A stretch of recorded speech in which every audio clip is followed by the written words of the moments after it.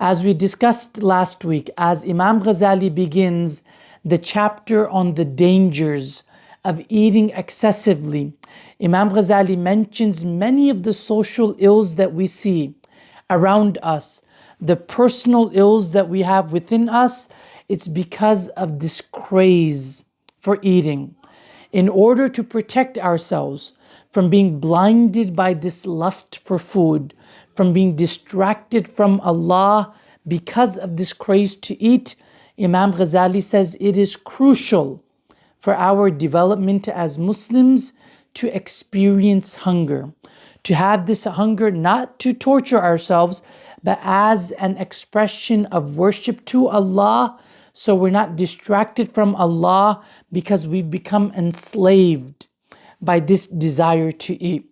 Imam Ghazali mentions there are many benefits to experiencing hunger. Number one, he says, it purifies the heart. It sharpens the mind. It improves our ability to have insight.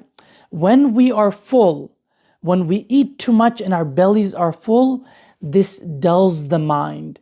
It clogs the heart. Our rational faculties actually slow down when we're always full. Imam Ghazali warns, especially for our children, if we want our children to be sharp, we have to ensure that they don't become gluttonous. They don't have this unhealthy obsession with food. This is actually going to impede the development of their minds. One of the chief objectives, Imam Ghazali mentions, of worship is reflection, contemplation, reflection that leads us to Allah.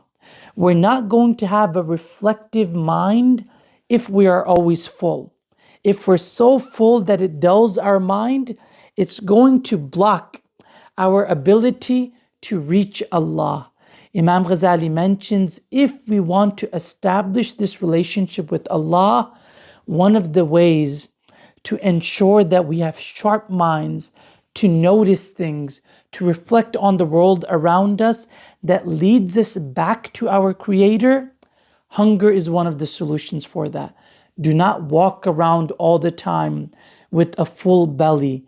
Rather, experience hunger, have a healthy relationship with food that fuels us in our worship, but you don't eat so much that it makes our worship dull and it affects our ability to connect with Allah through our minds.